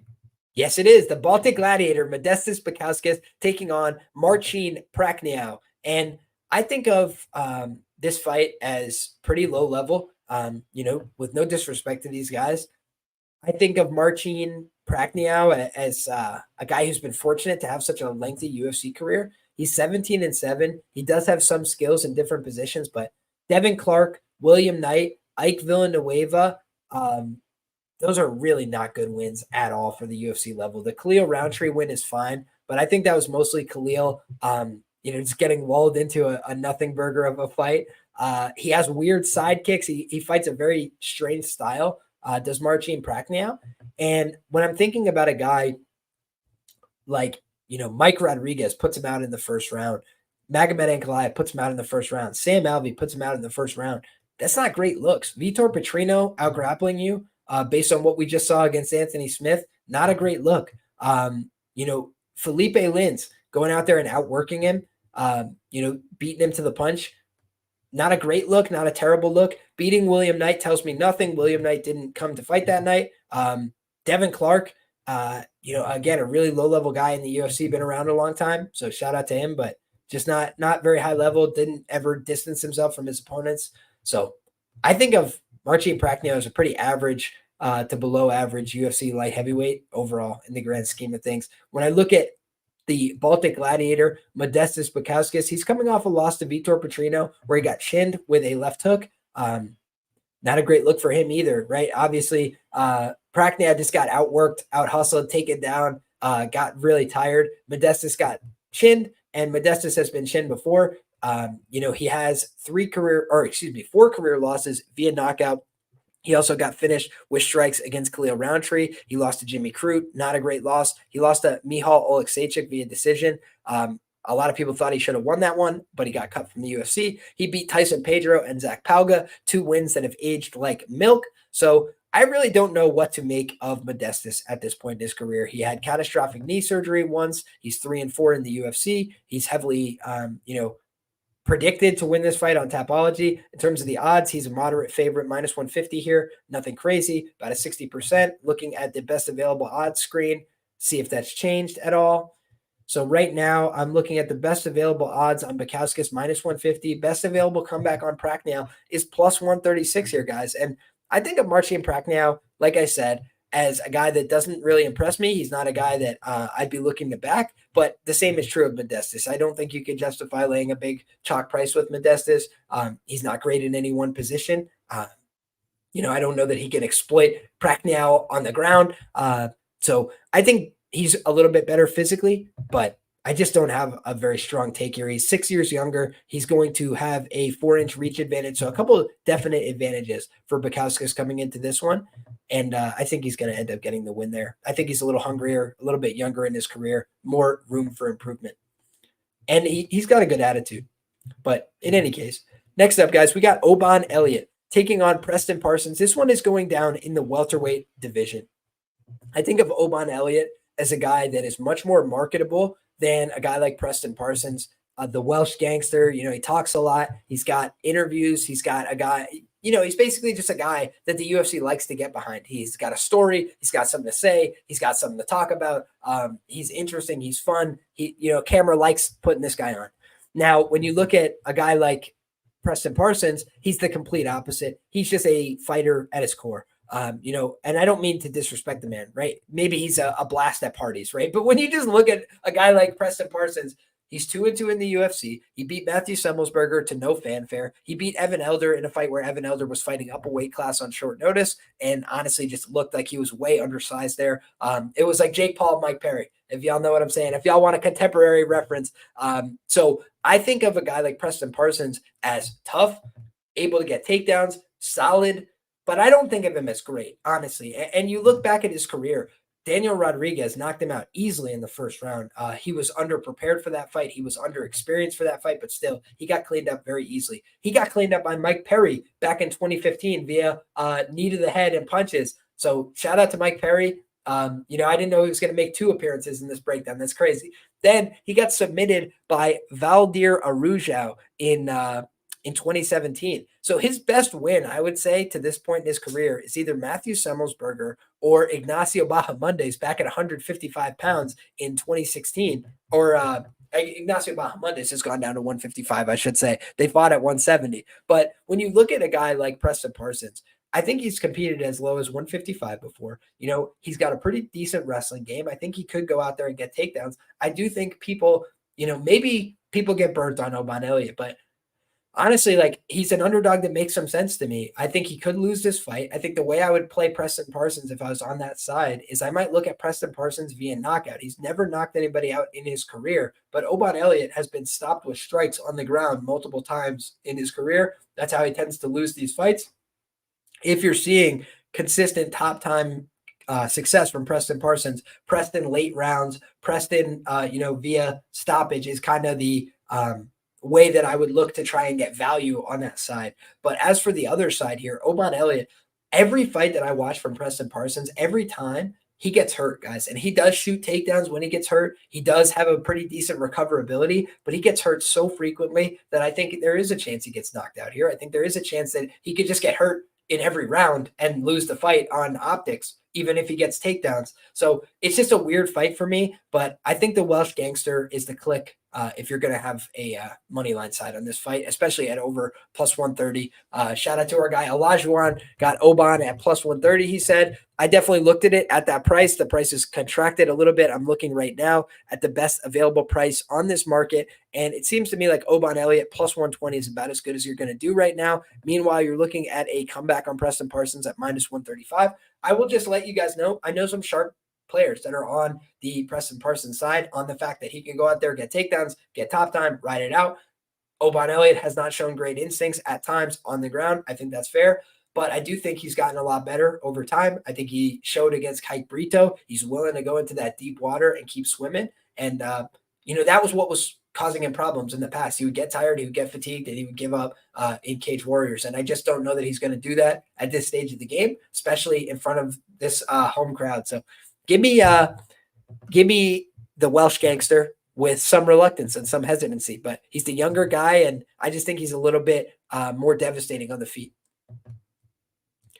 Next up, guys, we got Muhammad Makv taking on Manel Kape. Buried on the prelims, right? This is a top flyweight fight.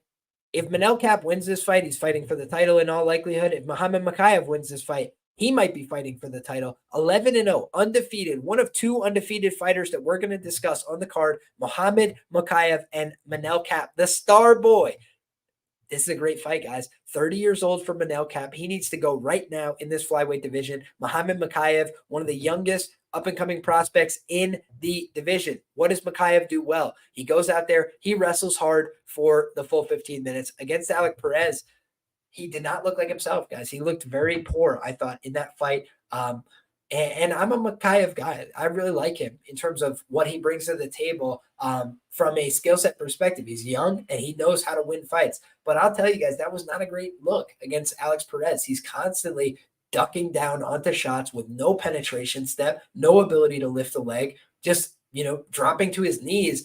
And it didn't look good. And that was at the UFC Apex, right? A small cage. Now there's a little bit more real estate, a little bit more room to maneuver if you're a Manel Kape coming into this fight. So I think this is a really interesting fight. Manel Kape can be out-wrestled. He can be out-grappled. He can be submitted. Make no mistake about it. But he's gotten a lot better over time. You look at it in the past, what's happened to him. People were wearing wrestling shoes. He was having all these crazy fights over in Japan.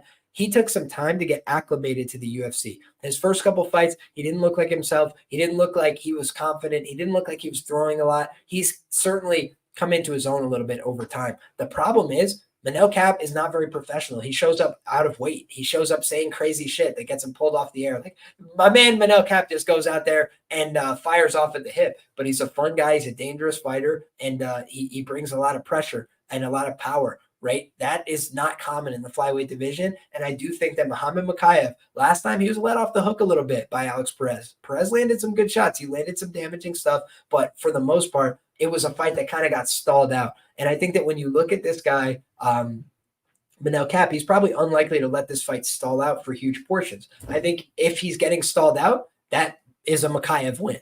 I think that if he's not allowing himself to get stalled out, that either means Makv submits him or he's working his way back up to his feet. He's landing big shots. He's creating some distance, some separation, trying to sprawl, brawl, keep it upright, and land. And I do think he's capable of that, right? He trained at American Kickboxing Academy for a while, and I think that there's a few questions I have that are intangibles about this fight, right? Like, if I knew Muhammad Makv was going to re-sign with the UFC, I would feel better about, betting on Muhammad Makv. But I'm telling you guys, the UFC is a very careful business, right? And when they're trying to set people up, they would much prefer that if Makv was going to leave, he leaves with a loss. He leaves with his stock down. So I don't know if he's staying or going. It's kind of hard to say. And I think he should probably stay. I think he's probably going to end up staying. I want to go take a look at where this fight opened up. So let's go refer to Bet Online, one of the market makers in this space. They opened Muhammad Makv minus 110. He got as high as plus 150.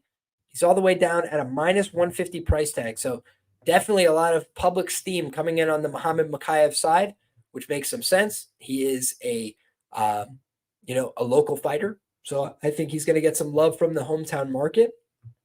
But 23 years of age, he's had some underperformances in the UFC. The other thing I want to remind people of, he's fought close on minutes at times. Jafel Filo was able to put him in a very dangerous knee bar, nearly was able to, extend him there and get him in really compromised spots. Tim Elliott was doing well, competing on the minutes in that fight. Alex Perez competed very close on the minutes in that fight as well. I think that Olajuwon hits a good point here. Makv never been KO'd. Kape has been submitted. And I think that is an important note. If you look at his record, he is 5-2 career to the submission. And he did lose a fight in the UFC to Matheus Nicolau, guys, who's a very chinny fighter. If I have to make a criticism, that's the only real criticism of Matheus Nicolau, is that he's a little bit passive and chinny at times in his fights. He can be clipped on the chin and put out. And he got put out by Alex Perez, if you guys remember, most recently. But he fought Manel Kape. He was supposed to fight him again. I was going to pick Manel Kape in the rematch. But if you look, guys, I bet Matheus Nicolau the first time they fought. And Nicolau, he got hit with some shots. He did not look very comfortable out there, but he was able to find a way to hang on and win the fight. And if there's one thing you've learned about Muhammad Makv at this point in his career, he is a winner, guys. Stephen Wonderboy Thompson used to make this point, and people would talk about it, but it's like he had all these fights in kickboxing. I forget who brought it up. I wish I could give them the credit, but basically, it might have even been Uncle Chael. So if so, shout out to Uncle Chael. But what he had talked about was the fact, okay, you had 60 fights and you were undefeated in kickboxing. Were you feeling good every day that you went out there to fight? It was every day your favorite time to go out there and compete? Were you looking forward? No, it's like we all have times where we have a great time, a great showing, and sometimes maybe we underperform. But if you can go out there and win every time, when you're at your best, when you're not at your best, when you have a great performance, when you don't have a great performance, that's just a winning quality. A guy that goes out there and finds a way to win.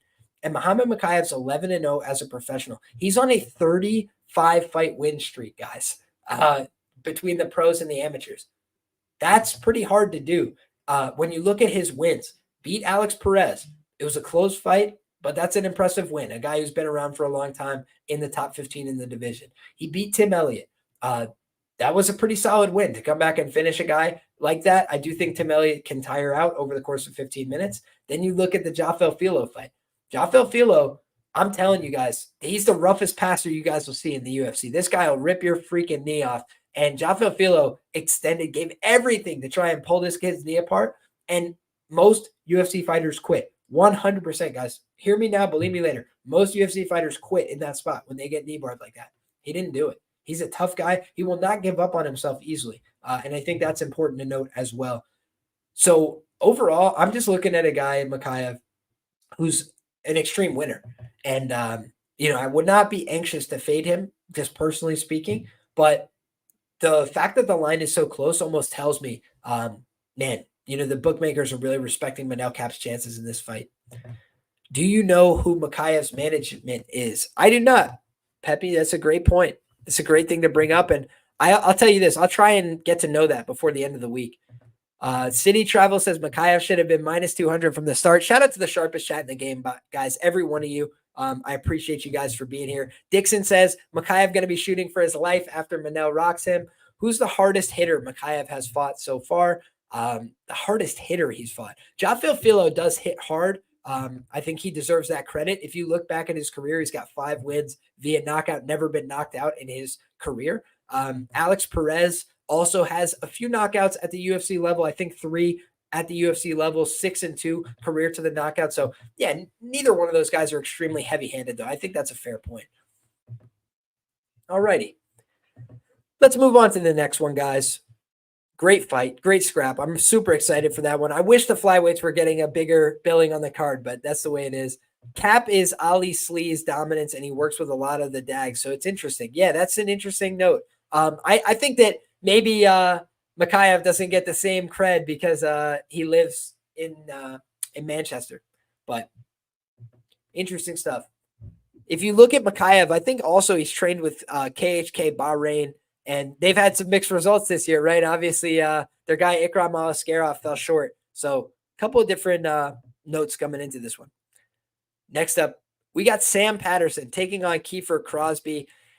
Oh boy, guys, I'm going to be brief with this and say I think that they did not pick the best Irish fighters in the world to be on this England card, right? Kiefer Crosby is a guy that's fought at a high level before in Bellator, but he didn't have much success, right? He lost to Charlie Leary via first-round stoppage. He lost to Georgi Karakanian via first-round stoppage. He got disqualified for an illegal knee against Mike Jackson via first-round, stoppage. He got submitted via armbar, by Rostam Akman in the first round. Back on the amateur scene. So the guy just loves getting finished. He just has a knack for getting finished. He's been finished in 3 losses as a professional and disqualified in 1 other loss. So really poor results. He got submitted by Kevin Doucette in the very first round. I think the most likely outcome here is that Sam Patterson submits him in the very first round. I think that the second most likely outcome is that he submits him in the second round. And I think that the third most likely outcome is that Kiefer Crosby knocks his brick off his head. Because when you look at Sam Patterson, he does just keep a very upright type of stance.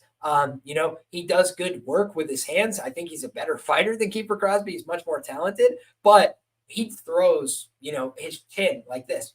He's like extending everything upright, and we have seen him get cracked before on multiple occasions, and I do think that that's always a possibility. Kiefer Crosby, I think people will forget because he got embarrassed so quickly in that fight, was actually landing decent on Kevin Doucette. And then Kevin Doucette was like, I'm taking this guy down, took him down and easily finished him, right? I think Kiefer Crosby is a very unsound grappler. But here's the other one note that I want to give before we move on to the next fight.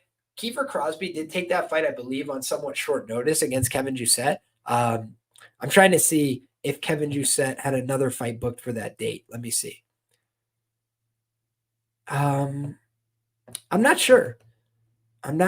So in any case, maybe they gave him a little bit of notice, but Crosby flies all the way over to Australia, landed some good shots, and then got submitted. That was really suboptimal circumstances. Now, instead of Australia, he's only going as far as, somewhere else in Europe. So he's not a guy where my concern would be, how's it going to go if it hits the cards? I don't expect this fight to hit the cards very often. I don't think that Crosby has a great gas tank for doing so. So as far as I'm concerned, he probably just needs to win this fight via finish or he's going to lose anyway. And if that's the case, whatever his ITD is, whatever his early round props are, I think that's a lot of his win condition. I just don't think it's going to go well for him. I favor the under here. I think this fight's going to end pretty quickly, and I think Sam Patterson's probably going to win it.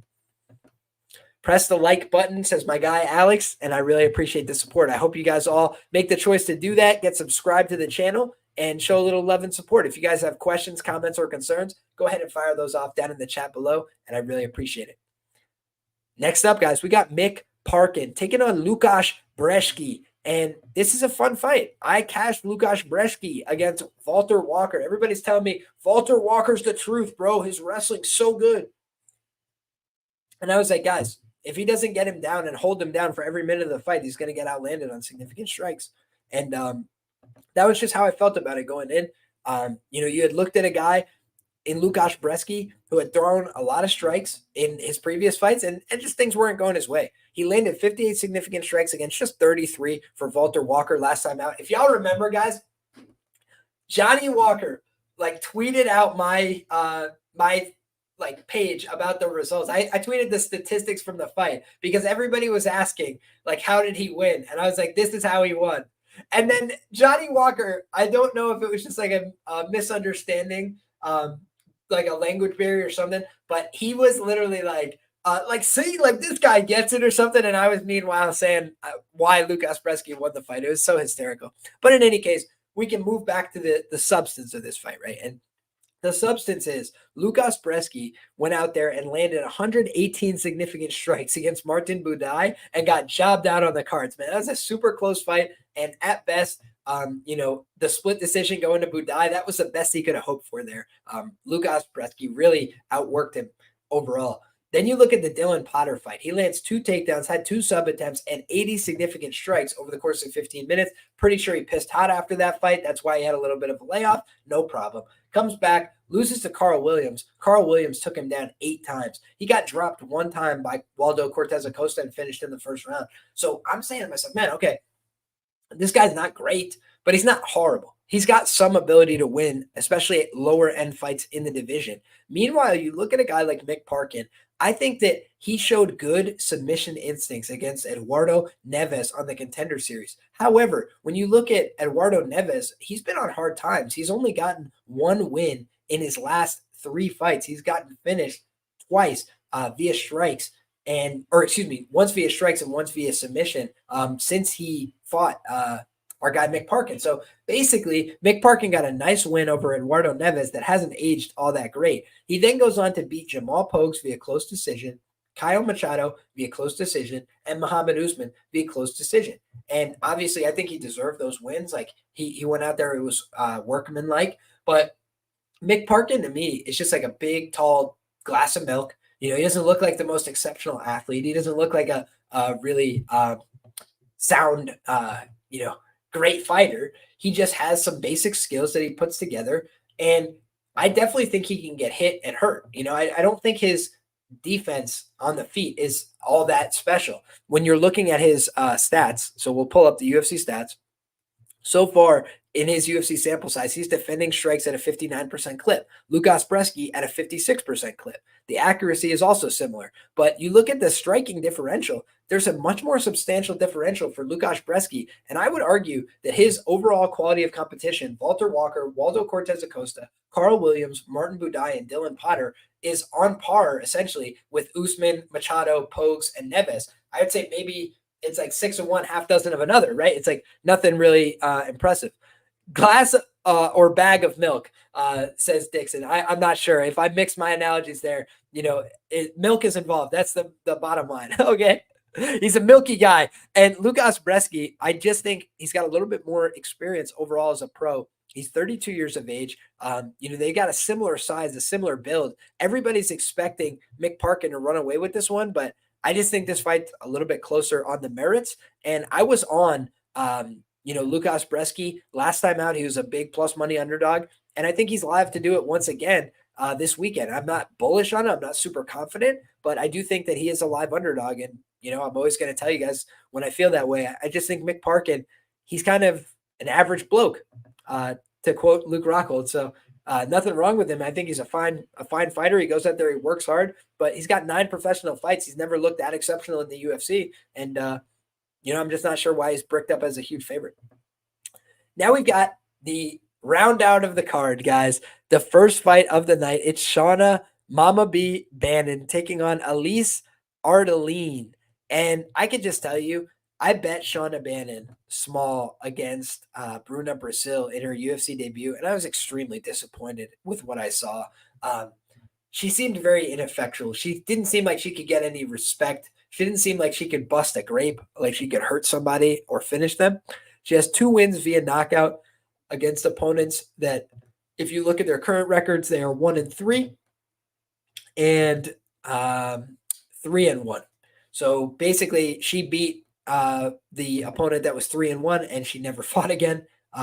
So far, that was in 2022. So maybe she does come back, but literally, I just haven't seen anything from Shauna Bannon that tells me she's a great fighter. She lost to Dakota Dacheva back in the day on the regionals. She got submitted on the regionals as well. This is in the amateur scene, but you just look, she hasn't had that much pro experience. When she did have a big step up in competition against Bruna Brazil, she looked very ineffectual there.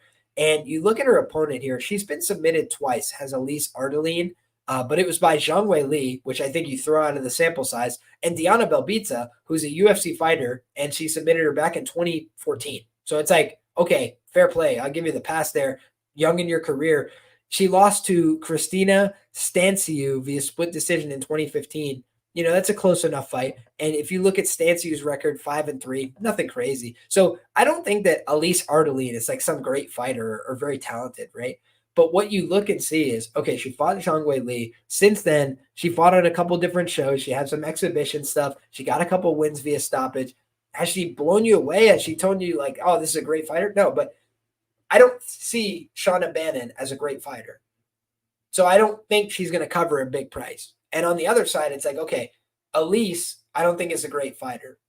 So it should probably just be a close line, right? It should probably be a close line. And you got an underdog price on Elise Ardeline. I'm not sure why.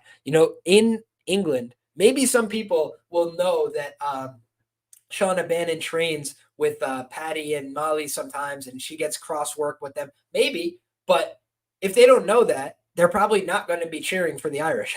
I have a funny feeling, right? Elise Ardeline, I think, is going to come forward, throw strikes, attempt shots. I think there's a very low likelihood she gets finished in this fight, unless Mama B breaks out some jiu-jitsu we've never seen from her before.